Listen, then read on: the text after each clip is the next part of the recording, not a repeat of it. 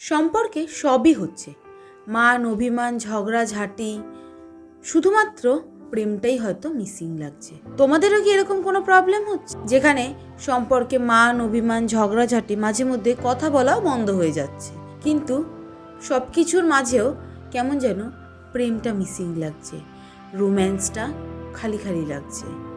যদি তোমারও এই সেম প্রবলেম হয়ে থাকে তাহলে আমাকে কিন্তু কমেন্টে জানাতে ভুলবে না।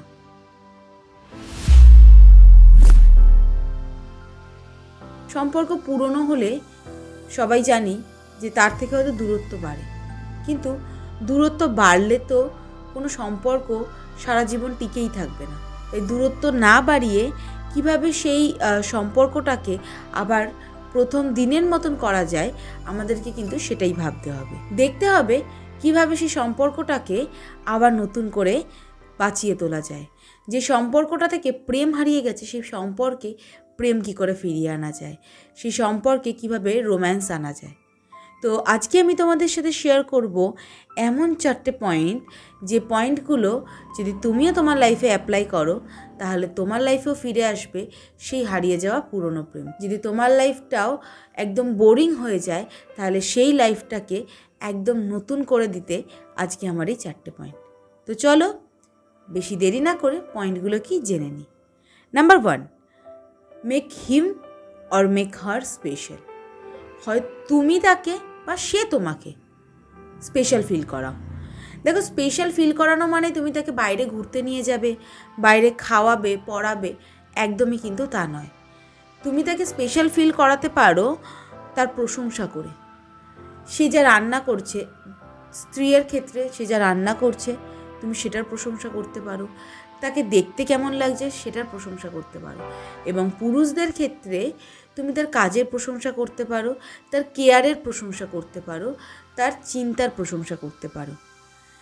কারণ এই একটা কথায় জানো তো, মানে কথা এমনই একটা জিনিস যে জিনিসটা একটা মানুষের পুরো ফিলিংসটাকে বদলে দিতে পারে। তাই এই প্রশংসা এমনই একটা জিনিস যে প্রশংসা যদি তুমি একে অপরকে করো তাহলে তোমার এই কথা বলার যে ধরন রয়েছে বা যে কথাটা তুমি বলছো সেই কথাটা তার কাছে একটা অন্যভাবে প্রেজেন্ট হবে, এবং আস্তে আস্তে দেখবে সে অন্যভাবে প্রেজেন্ট হতে হতে সম্পর্কের মধ্যে যে দূরত্বটা তৈরি হয়েছে, যে খারাপ লাগাগুলো তৈরি হয়েছে সেগুলো ভালো লাগতে শুরু করবে এবং দূরত্বটা কমতে শুরু করবে। সবথেকে বড় ব্যাপার হচ্ছে যে কমপ্লিমেন্ট দিতে হবে, সেটা যে 1000 জনের মাঝখানে দিতে হবে এরকম কোনো মানে নেই। তুমি তাকে 4 দেয়ালের মাঝেও কমপ্লিমেন্ট দিতে পারো, বা এমন কয়েকটা মানুষ নিজের বাড়ির লোকের মাঝে কিন্তু কমপ্লিমেন্টটাকে দিতেই পারো। হ্যাঁ, অনেকেই আছে যে হাজার হাজার মানুষের সামনে কমপ্লিমেন্ট দিতে একটু শাই ফিল করে, কিন্তু তাদের কথা বাদ দাও, তারা যদি সেখানে না পারে অন্ততপক্ষে ঘরের 4 দেয়ালের মধ্যে তো পারবে। বাট যাই করো না কেন কমপ্লিমেন্ট দাও, ভালো লাগবে তার। এটা গেল নাম্বার 1। নাম্বার 2, সবসময় নিজের কথাই যে বলবো এরকম কিন্তু নয়, তার কথাও শোনো, তাকে টাইম দাও, তার প্রবলেমগুলো বোঝার চেষ্টা করো। যে জিনিসটা তার ভালো লাগছে চেষ্টা করো সেই একদিনের জন্য হলো তার ভালো লাগাটাকে নিজের ভালো লাগা তৈরি করে নিতে। তার যাবতীয় সমস্যা, যা প্রবলেম হচ্ছে সেই প্রবলেমটাকে নিজের করে নিতে এবং দুজনে মিলে সেই প্রবলেমটাকে সলভ করো। তাহলেই দেখবে সেই পুরনো প্রেম কখন নিজের জীবনে আবারও ফিরে এসছে নিজেরাই বুঝতে পারছো না। নাম্বার 3, রহস্য ধরে রাখো নিজের মধ্যে। সব কিছু মানে নিজের লাইফটাকে ওপেন বুক করে ফেলো না, সব কিছু নিজের লাইফে বলে ফেলো না, কিছুটা নিজের ভিতরে রাখো, যাতে অন্ততপক্ষে এই রহস্যটা খোঁজার জন্যে সে তোমাকে হয়তো আগের তুলনায় একটু বেশি টাইম দেবে। তোমার এই রহস্য খোঁজার আদম্য ইচ্ছে কিন্তু তার মধ্যে তৈরি হবে।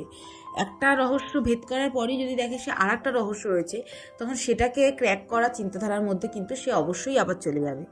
তো সেক্ষেত্রে আমি একটাই কথা বলবো, নিজের মধ্যে সেই রহস্যটাকে বজায় রাখো, যাতে সেই রহস্য খুঁজতে গিয়ে তোমার পার্টনারও ফিরে যায় সেই প্রথম দিনের ভালোবাসায়। নাম্বার 4, তোমার বডি ল্যাঙ্গুয়েজ হতে হবে একটা ভদ্র, সভ্য, নম্র একটা মেয়ের যেরকম বডি ল্যাঙ্গুয়েজ হওয়া দরকার, তোমার বডি ল্যাঙ্গুয়েজও ঠিক সেরকমই হওয়াটা দরকার।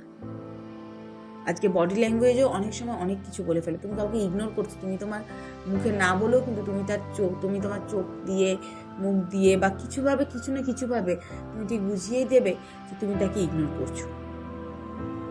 তো সেক্ষেত্রে আমি একটাই কথা বলবো যে নিজের বডি ল্যাঙ্গুয়েজটাকে কন্ট্রোল করো যতটা সম্ভব, এবং নিজেকে পাল্টাও। নিজেকে এই 4টে পয়েন্টগুলো যদি তোমার মধ্যে থেকে থাকে তাহলে 4টে পয়েন্ট তোমার মধ্যে আছে, এটা গ্রেট।